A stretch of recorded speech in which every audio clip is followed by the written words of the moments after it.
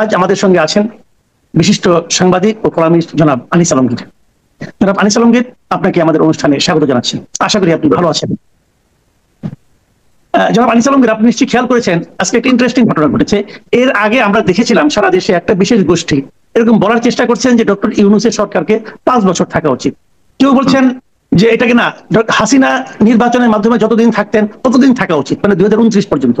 এটা বিভিন্ন জন বলা বলি করত, কিন্তু আজকে দেখলাম আমাদের একজন উপদেষ্টা, স্বরাষ্ট্র উপদেষ্টা মিস্টার জাহাঙ্গীর আলম, উনি বলছেন যে উনি নাকি ওনার বক্তব্য এরকম যে কেউ কেউ বলছেন যে এই সরকার 5 বছর থাকুক, মানুষ বলতেছে যে আপনারা আরো 5 বছর থাকেন। একজন উপদেষ্টা যখন এই ধরনের কথা বলেন, সেই বিষয়টাকে আপনি কিভাবে মানে বিশ্লেষণ করতে চান? আপনি যে প্রশ্ন করলেন, আমি স্বরাষ্ট্র উপদেষ্টার যে বক্তব্য সেটা ইতিমধ্যে পত্রিকায় দেখেছি। উনি সিলেটে গিয়েছিলেন, ওনাকে লাল গালিচা সংবর্ধনা দেওয়ার চেষ্টা করা হয়েছিল, উনি সেটা নেন নাই। উনি খুব সাধুতা দেখিয়েছেন, এটা আমরা থ্যাংক জানাতেই পারি, কারণ এই সব তথাকথিত শিষ্টাচার থেকে তারা বেরোয় আসছেন যে এই সংবর্ধনা নিতে হবে, এবং এটা প্রশংসা করছে সোশ্যাল মিডিয়াতে অনেকে। কিন্তু উনি আবার যেটা বললেন যে 5 বছর আমাদেরকে জনগণের চাচ্ছে, এটা তো একটা নির্লজ্জতা এই জন্যই যে চাইলে জনগণ তারা বলবে, আপনি কেন বলতে যাবেন এই সরকারকে জনগণ আর 5 বছর চায়? আপনার তো দরকার না এটা বলার। আপনার এটা বলার দরকার হচ্ছে যে আপনি আসলে থাকতে চাচ্ছেন, আপনাদেরকে নির্বাচনের জন্য যত শিগগির নির্বাচনের জন্য বিভিন্ন মহল থেকে দাবি উঠছে। এই জন্যই দাবি উঠছে যে আপনারা যথাযথভাবে সরকারটা চালিয়ে নিতে পারছেন না। এখানে মব সংস্কৃতি এমন ভাবে বিস্তার হয়েছে যেটা আপনাদের কোনো নিয়ন্ত্রণে নাই। আইন শৃঙ্খলা আপনাদের হাতে নাই। আপনারা আইন শৃঙ্খলা আপনাদের দমন করার কথা, আপনারা বিএনপি জামাত সহ নানা লোকজন যেভাবে চাঁদাবাজি করছে, আপনারা সেই চাঁদাবাজির খবরটা শুধু দিচ্ছেন এবং জনগণের মধ্যে এই ইমপ্রেশন দিচ্ছেন যে দেখো বিএনপি কত খারাপ, এরা যদি ক্ষমতায় আসে তাহলে কি করবে। এবং এটা সত্য, যদি এই পরিস্থিতিতে হয়, বিএনপি চরিত্র যদি এটা হয়, তাহলে জনগণের এই ভাবনাটা কিন্তু অমূলক নয়। কিন্তু পাশাপাশি এটাও তো দেখতে হবে, বিএনপি শীর্ষ নেতৃত্ব এটা নিয়ে ক্ষুব্ধ, তারা তাদের যথাযথভাবে তাদেরকে বহিষ্কার করছে, সতর্ক করছে। কিন্তু আপনি যখন সুযোগটা দিয়ে দেবেন, তখন ভেড়াগুলা তো আপনার হয়ে যাবে, মানে এরকম বলে বাঘ হয়ে দেখা যাবে। এই ভেড়াগুলো এখন বাঘ হয়ে দেখা দিচ্ছে কেন? কারণ মাঠে নাই, কোনো সরকারি বাহিনীর, কোন সরকারের পুলিশ বাহিনী বলেন, অন্য বাহিনীর বলেন, কোনো তৎপরতা নাই। তারা বিএনপিকে ওয়াক ওভার দিয়ে রেখেছে, বিএনপিকে ওয়াক ওভার দিয়েছে, বিএনপির বদনাম হচ্ছে, এবং সরকারে আছে ডক্টর ইউনূস। তো এই পরিস্থিতিতে মানুষ তো চায় যে একটা নির্বাচিত সরকার আসুক, এবং এই যে বাটা এবং কেএফসি সহ যেগুলোকে ইসরায়েলি পণ্য বলে একটা মিথ্যা প্রপাগান্ডা করে আপনার আক্রমণ করা হলো বিভিন্ন শহরে, এবং উনি বোধহয় ওইটা দেখতে গিয়েছিলেন সিলেটে। সিলেট থেকে তো বেশি আক্রান্ত হলো, 10টা বা 17টার মতো আউটলেট ওইখানে ভাঙচুর করা হয়েছে। তো এখানে উনি গিয়ে এটা বলতে পারছেন না যে কেন এরা তারা পূর্ব প্রস্তুতি কেন নিল না, তারা কেন দমন করতে পারলো না, যখন পুলিশের পাশাপাশি আর্মিরাও মাঠে আছে। এরকম একটা ব্যর্থ সময়, এরকম একটা ব্যর্থতার মাথায় নিয়ে উনি যখন আবার বলেন যে আমাদেরকে 5 বছরের জন্য চাই, তাহলে ওনার আসলে হুঁশ জ্ঞানে নাই। আমি বলবো যে হুঁশ জ্ঞানে থাকলে এটা উনি বলতে পারেন না। তো এই জায়গায় তাহলে আমি মনে করি এই জন্যই বলছি যে এটা একটা বেহায়াপনা।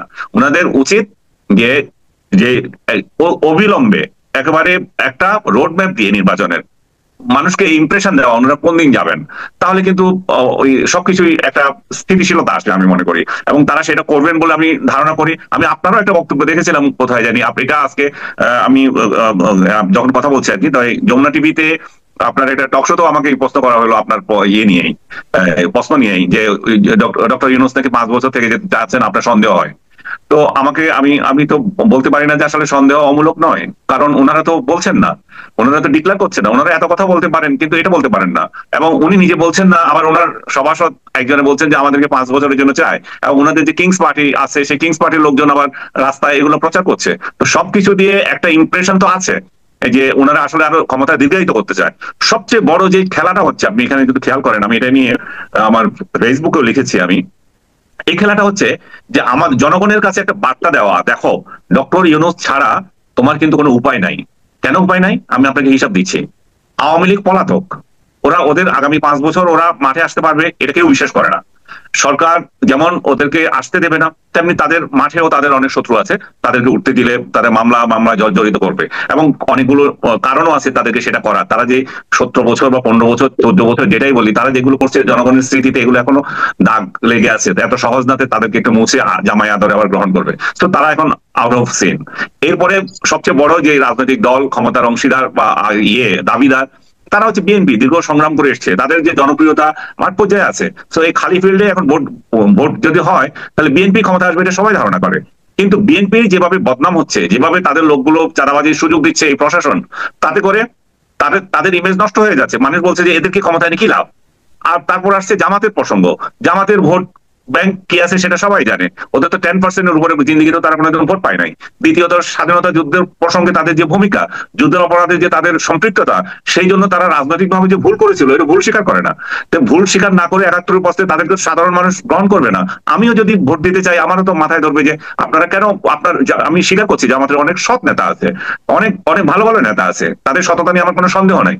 কিন্তু রাজনৈতিক দৃষ্টিভঙ্গিতে তো যদি আপনি, এটা তো ভোটটা তো রাজনীতিকই হয়, তাই না? এটা তো স্বতন্ত্র ইলেকশন না। তো সেই জায়গায় যদি আপনি যদি স্বাধীনতার যুদ্ধকে অস্বীকার করেন, স্বাধীনতার নতুন নতুন বয়ান তৈরি করেন, আপনারা আপনাদের পাপ মোচন তো দূরের কথা, পাপের বিরুদ্ধে এবং উল্টা মানে তত্ত্ব জাহির করেন, তাহলে তাদেরকেও সেভাবে জনগণ নিচ্ছে না। তারপর আসছে আপনার এনসিপি, যেটা কিংস পার্টি বলে পরিচিত হচ্ছে, বা ডক্টর ইউনূসের আশীর্বাদ আছে। তাদের তো তৃণমূল পর্যায়ে তাদের কোনো সংগঠনই নাই, তারা এখনো নিবন্ধনই পায় নাই। তো এরকম একটা দল যদি ডক্টর ইউনূস ক্ষমতায় আরো 5 বছরও থাকেন, তারপরেও ক্ষমতা আসতে পারবে কিনা সন্দেহ আছে, যদি না বিরাট কোনো বিপ্লব না করে যায়। তো তার মানে কি, আমাদের সামনে কিন্তু আর চয়েস খুব বেশি নাই। আরেকটা চয়েস হচ্ছে যে সম্মিলিত ভাবে ইসলামিক দলগুলো যদি ইলেকশন করে, তাদের জনপ্রিয়তার কথা আসবে তখন হেফাজত সহ অন্যান্যদের, যদিও হেফাজত কোনো রাজনৈতিক দল না, তারপরে তো তাদের বৃহত্তর সমর্থন আছে। তো এই সমর্থক গোষ্ঠীর কিন্তু ইমেজটা কি আপনি দেখেন গত 8 মাস ধরে, এদেরকে পাবলিক কিন্তু জঙ্গি কার্যক্রমের সাথে মনে করে, এরা জঙ্গিপনাতে জড়িত আছে আমি আপনি কেউ বলতে পারবো না, কিন্তু মানুষ মনে করে যে এরা জঙ্গি মানে যে তা না, তার আনরুলি, এখানে শব্দটা হবে আনরুলি। তারা মানুষ কি পড়বে, কপালে টিপ দিল কেন, শাড়ি পরে নাই কেন, শাড়ি পরছে, পরে নাই কেন, আপনার এটা কি বলে আঁচল ঠিক ছিল না কেন, হাবি জাবি চিন্তাতে যারা আছে, তো এদেরকে কে ভোট দেবে? এরা তো একটা আতঙ্কগ্রস্ত অবস্থায় আছে। এদের যে এই শেখ হাসিনার আমলে এরা নিঃসন্দেহে এরা স্পেস পায় নাই, এখন একটা বড় একটা সুযোগ ছিল স্পেস নেওয়ার, কিন্তু তারা যে তত্ত্বগুলো তৈরি করছে তাতে তো একটা আতঙ্ক তৈরি করছে। আপনি আমি আবার দুশ্চিন্তা পড়তে পারি যে এই তুই দাঁড়িয়ে রাখিস নাই কেন, হ্যাঁ?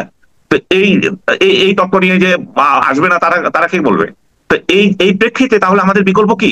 বিকল্প কেউ নাই। তখন বলবে যে ইউনূসই তো ভালো, ইউনূস আরো 5 বছর থাকুক, তাই না? মানে আপনি বলতে চাচ্ছেন এখন যে একটা রাজনৈতিক অনাস্থা বিভিন্ন পলিটিক্যাল পার্টিগুলির প্রতি সাধারণ মানুষের মধ্যে, এটা খুবই ইন্টেনশনালি তৈরি করা হচ্ছে, ক্রিয়েট করা হচ্ছে, যে মানুষকে রাজনৈতিক দলগুলির প্রতি এক ধরনের মানে আপনার নেতিবাচক মনোভাব মানুষের মধ্যে তৈরি করে অরাজনৈতিক শক্তি হিসেবে মানে বিকল্পহীন ভাবে ইউনূসকে আবির্ভূত করার চেষ্টা করা হচ্ছে। আপনি তাই বলতে চাচ্ছেন? আপনার ঘটনার প্রেক্ষিতে তো আপনাকে তাই বলতে হবে, কারণ আপনি কেন বিএনপির আনরুলি কার্যক্রমের কোনো প্রতিকার নেন না? আপনি কেন তাদেরকে চাঁদাবাজিতে সুযোগ দিচ্ছেন? তারা ঘাটে ঘাটে সর্বত্র তারা আওয়ামী লীগের যে দুর্বৃত্তরা ছিল তাদের স্থান দখল করে নিয়েছে, তাদেরকে প্রটেকশন দিচ্ছে পুলিশ, তারা ওসি তাদের কথা উঠে বসে, বা অন্যান্য রাজনৈতিক দলেরও এখানে অংশীদারিত্ব আছে, তারাও তাদের কথা উঠে বসে। তো প্রশাসন আপনি তাদের ইমেজ নষ্ট করছেন। হ্যাঁ, তারেক রহমানের বাসাতে হতো তাই, প্রশাসন তো উনার, এটা দেখছে, তারা কেন দেখছে না? সো এই দিক থেকে আপনি যদি বলেন যে এটা একটা পরিকল্পিত ষড়যন্ত্র, শব্দটা বলবো না, একটা পরিকল্পিত